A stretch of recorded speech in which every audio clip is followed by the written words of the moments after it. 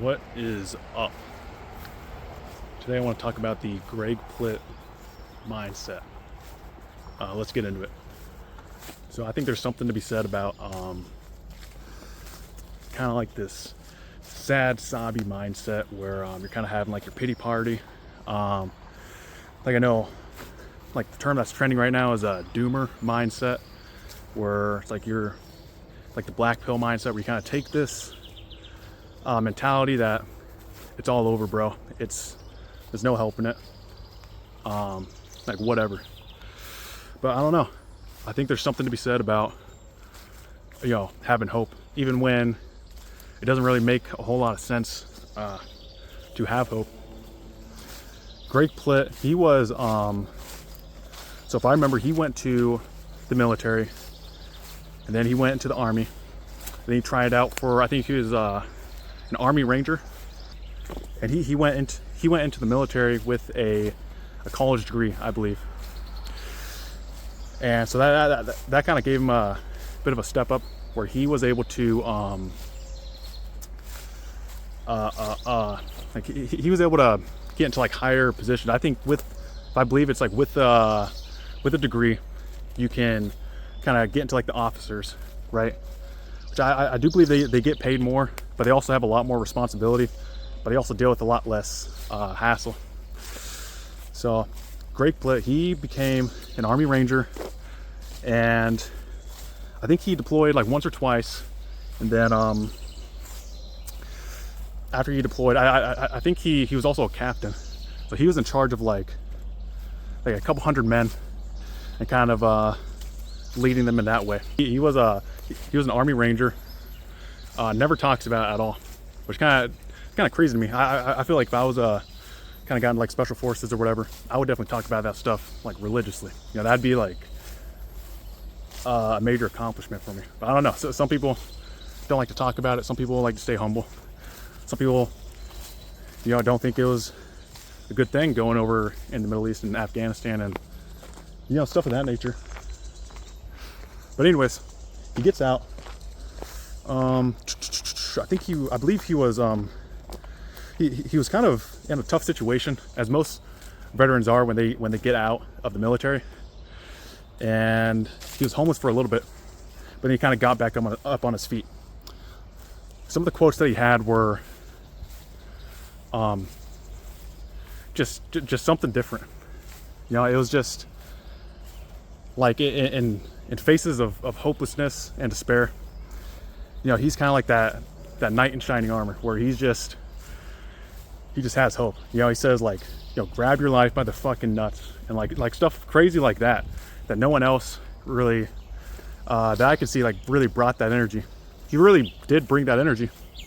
Where it was like, hey man, like yeah, life's hard, life's tough, but man, like you gotta get through it. Another quote that he had was, take advantage of today. Like the blessing of today. Because tomorrow is not promised. Take advantage of today. Do whatever you can. And I think you can apply this in many different aspects of your life. Maybe whatever you're training for in the physical sense. I know a lot of people train in like MMA. A lot of people train in the gym. And a lot of people are a little bit kind of like this or that with their gym philosophies. Like it's either train like the Arnold split, where it's like you're training as hard as possible 6 days a week, and the more you put in, the more you get out, kind of like the Rich Piana quote. Other people are kind of like the Mike Mentzer and the Dorian Yates mindset, where it's like, hey, you got to be smart about it. You got to really like prioritize recovery, because I feel like a lot of people, like their gym is like their everything, which I completely understand. But there's something about Greg Plitt that just kind of hits the nail on the head with this one, where he's just like, man, like it doesn't matter, like you can hyper analyze the situation. You can say, oh, I need to really prioritize my recovery. Oh, I need to use wrist straps. Oh, I need to use elbow sleeves, whatever.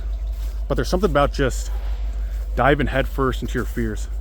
Something about just going in there and saying like, hey man, like at least I tried. You know, at least I gave it my all. At least I can say that I tried.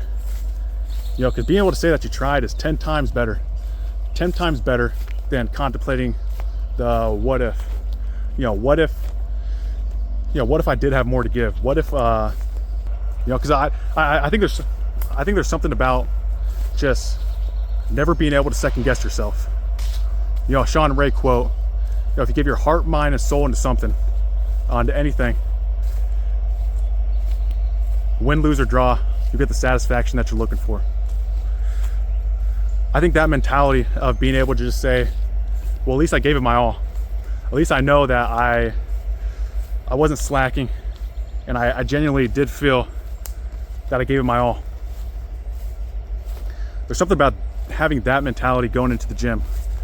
And despite, like, yeah, I understand, like, you know, maybe you could be training 3, you know, even 2 days a week, as Mike Mentzer kind of promoted.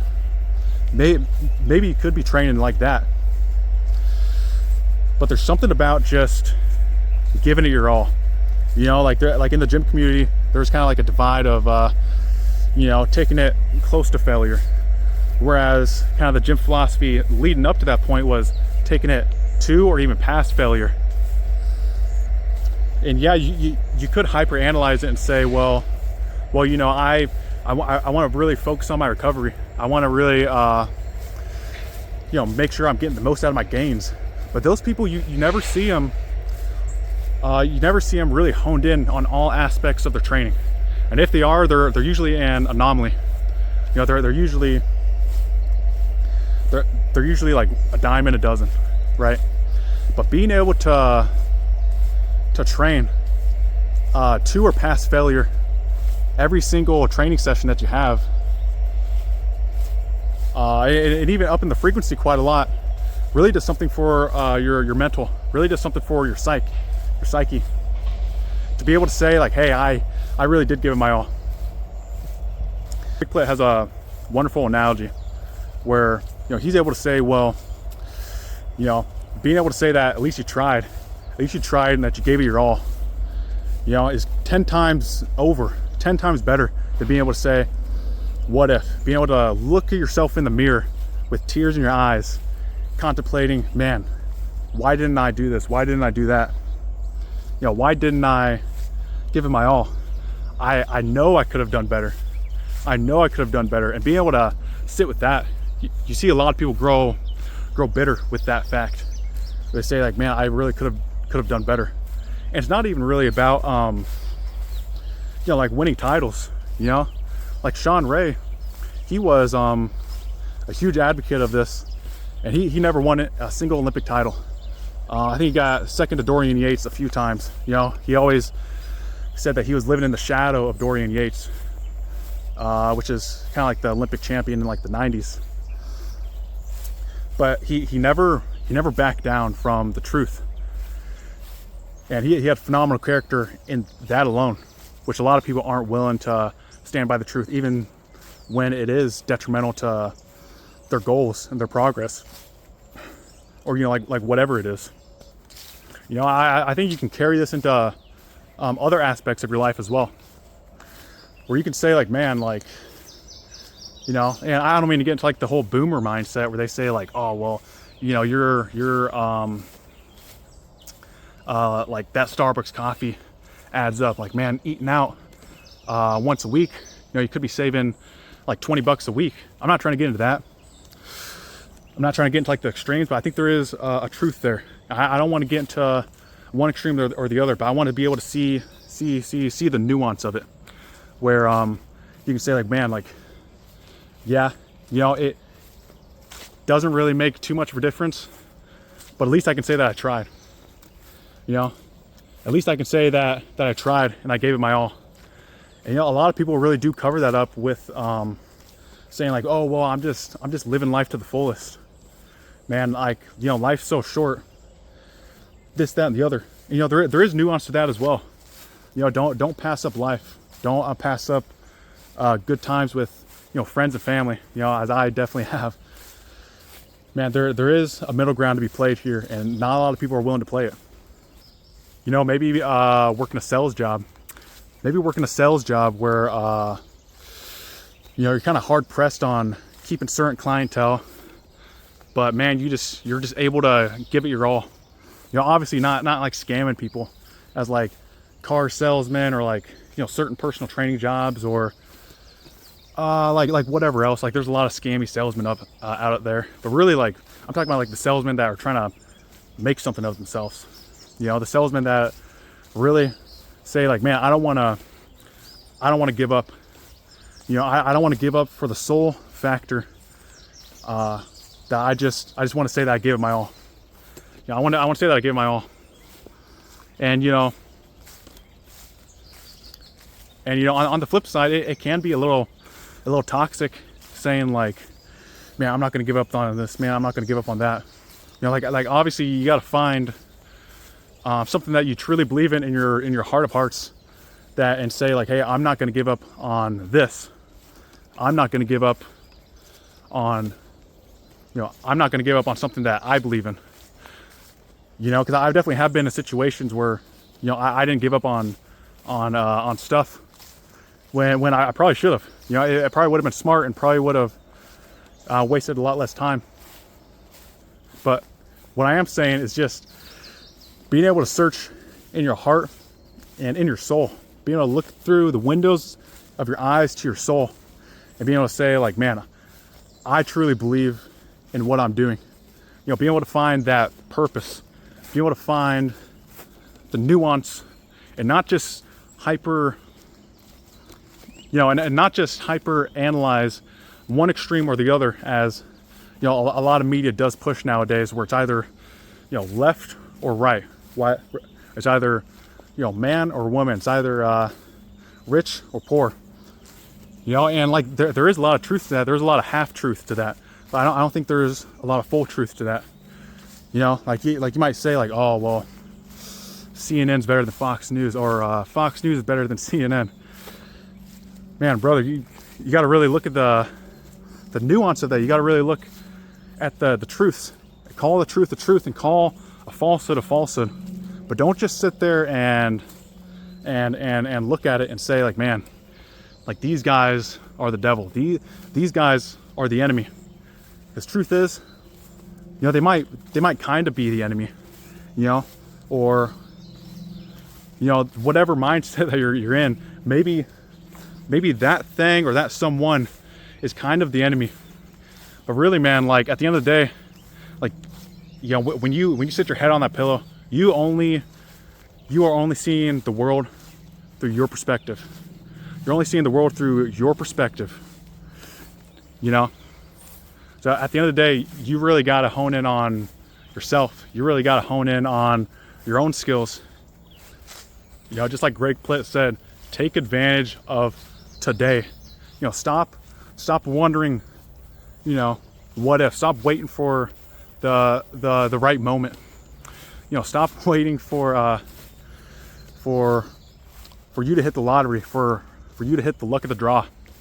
You know, start today.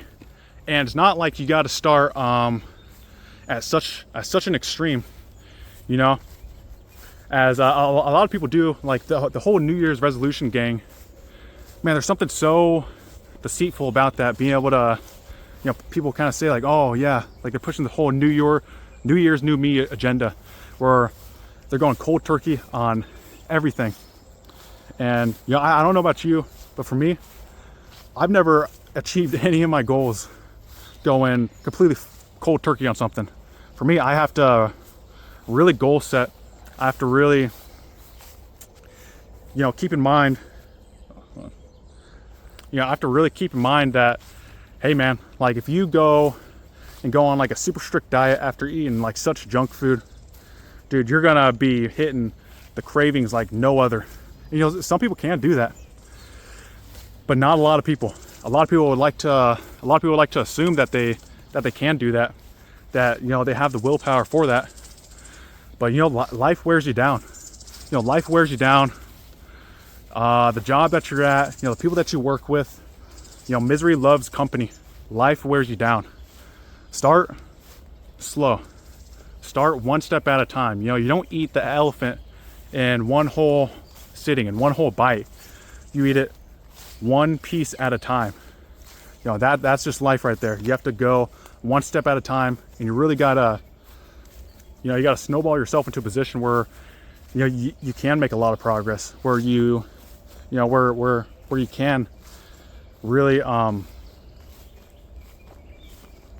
know, kind of get out of whatever rut that you're in.